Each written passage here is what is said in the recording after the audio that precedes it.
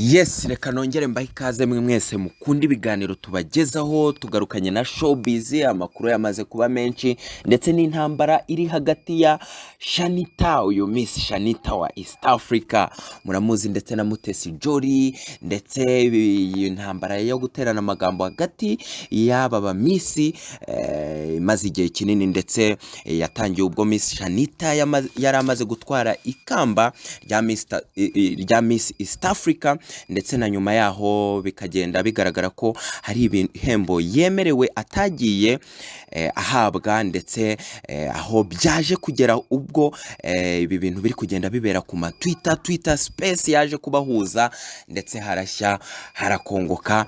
Akaba ariyo makuru yabyukiye ku bitangazamakuru bitandukanye, ndetse natwe ariyo tuje gukomozaho kugira tubabwire idonido riri kugenda rivugwa hagati y'ibi byamamare.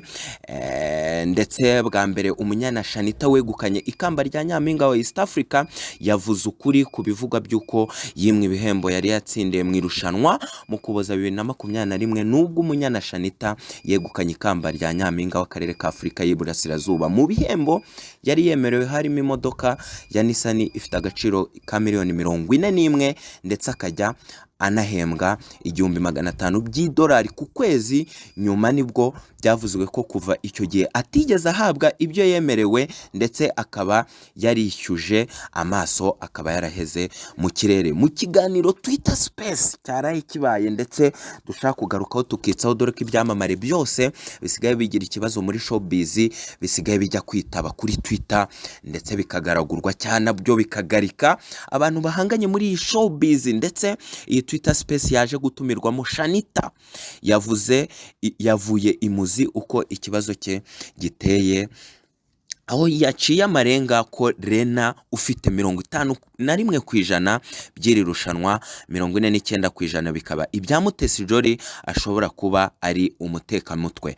Uyu mukobwa yavuze ko ubwo yari amaze kwegukana ikamba, bukeye bwaho we n'ibisonga bye bagiye gusinya amasezerano, maze abandi bakobwa bari basigaye muri hoteli babagamo babasohoramo kubera kubura amafaranga yo kwishyura iyi hoteli bari bamazemo igihe. Bahamagaye Rena yanga kwitaba, aribwo bitabaje Joly yohereza imodoka yo gutwara aba bakobwa ku yindi hoteli, ndetse anishyura hoteli bari bamazemo iminsi. Yavuze ko kandi mu ijoro ryo yegukanyemo iri kamba aribwo aheruka imodoka yatsindiye, kuko nyuma yo kuyifotorezaho bahise bamwaka urufunguzo rwayo. Ni mu gihe we ngo yari azi ko azayizana mu Rwanda, ariko Rena ngo yamubwiye ko bitarenze iminsi 40 azaba yamaze kumugeraho, kuko yari ibyangombwa bitaraboneka, ndetse ko nubwo itwarirwa iburyo azashaka uko ayinjiza mu Rwanda. Ati perezida w'irushanwa aravuga ngo mureke guhangayikishwa n'iyi modoka, izinjira rwose mu Rwanda. Kuva icyo gihe yarategereje araheba, ndetse kugeza aho Rena amubwiye ko bahindura amasezerano, bakavuga ko imodoka ifite agaciro ka miliyoni 31, kuko miliyoni 9.5 zagiye mu misoro. Nyuma yo kubona ko birimo gutinda, yasabye ko bamuha amafaranga akayigura mu Rwanda. Byageze naho abaza mu ruganda rwa Nissan muri Tanzania ko iyo modoka yaba yaraguzwe, ariko bamubwira ko ntayigeze igurwa. Amakuru Chanita yamenye nuko yishyuwe miliyoni 4,500 kugira ngo iyi modoka ize ku munsi wa nyuma w'irushanwa, ndetse n'umukobwa utsinda azayifotorezeho, ariko itigeze igurwa. Vice Perezida w'irushanwa rero nta wundi ni Mutesi Joly, atangaza ko Miss umunyana Chanita agiye kujyana mu nkiko Rena event itegurira irushanwa ihagarariwe na Rena Kariste, kubwo kumwambura ibihembo yegukanye birimo imodoka yo mu bwoko bwa Nissan. Ni mu kiganiro abakobwa bombi bagiranye rero n'abazwi cyane ku rubuga rwa Twitter mu masaha make atambutse, bavuga ko uretse kuba Chanita agiye kujyana mu nkiko abategurira irushanwa, Rena Kariste urihagarariye yanambuwe uburenganzira bwo kongera gufatanya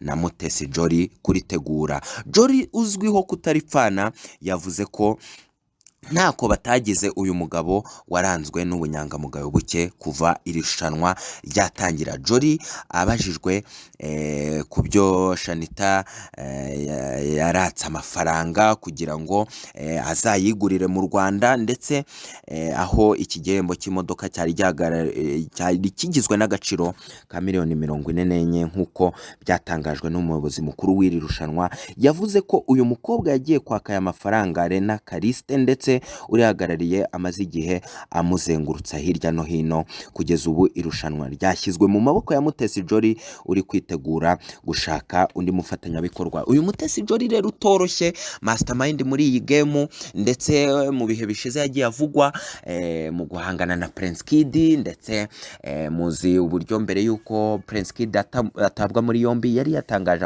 amakuru akomeye cyane, ndetse asa nk'aburira Prince Kid avuga ko Prince Kid aka karima ke ka Miss Rwanda yamaze kwigarurira, agomba gutuza ndetse akabana neza na Joly, bitaba ibyo ibintu byose bikameneka. Joly rero nyuma yaho abakurikiranira Miss Rwanda hafi baza kugenda bamushinja yuko ari we wagize uruhare mu kugira ngo Prince Kid atabwe muri yombi. Aya makuru twagiye tuyagarukaho ndetse tuyabagezaho, ndetse Joel wari ushinzwe itangazamakuru nawe wagiye bigaragaramo, ndetse bigaragara ko yagize uruhare mu kugira ngo Miss Muheto ari coding Prince Kid, ndetse byaje kugenda bizurungutana birangira na Mutesi Joly bimugarutseho bivuga ko ari mastermind mukuru, nubwo bitaremezwa n'urwego na rumwe rubifitiye ububasha.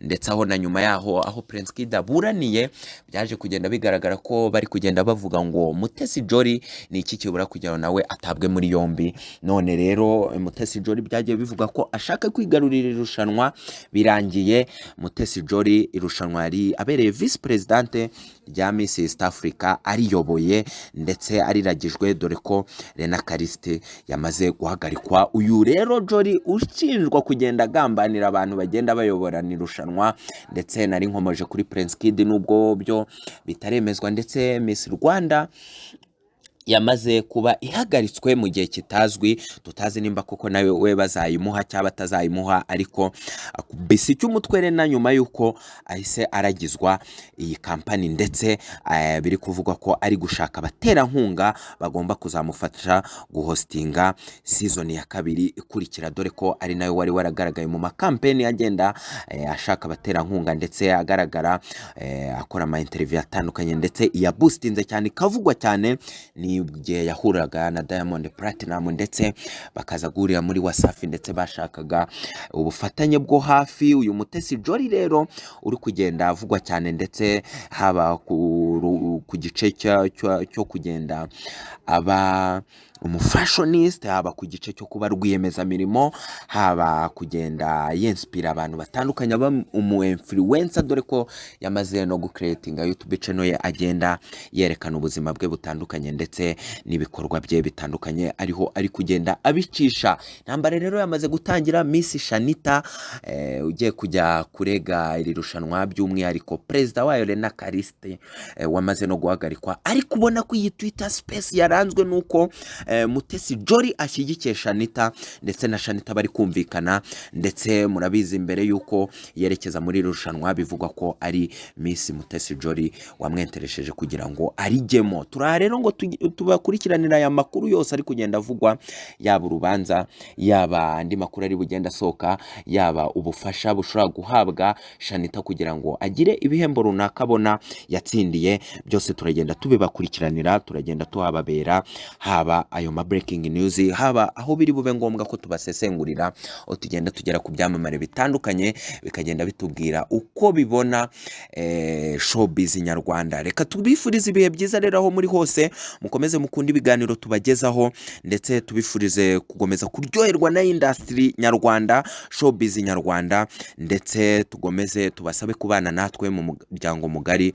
Ubwo utarakora subscribe nicyo giye kujya uyikore, ntucikwe n'ibiganiro umunsi ku munsi tubagezaho. Reka tubifurize ibihe byiza aho muri hose. Ciao ciao.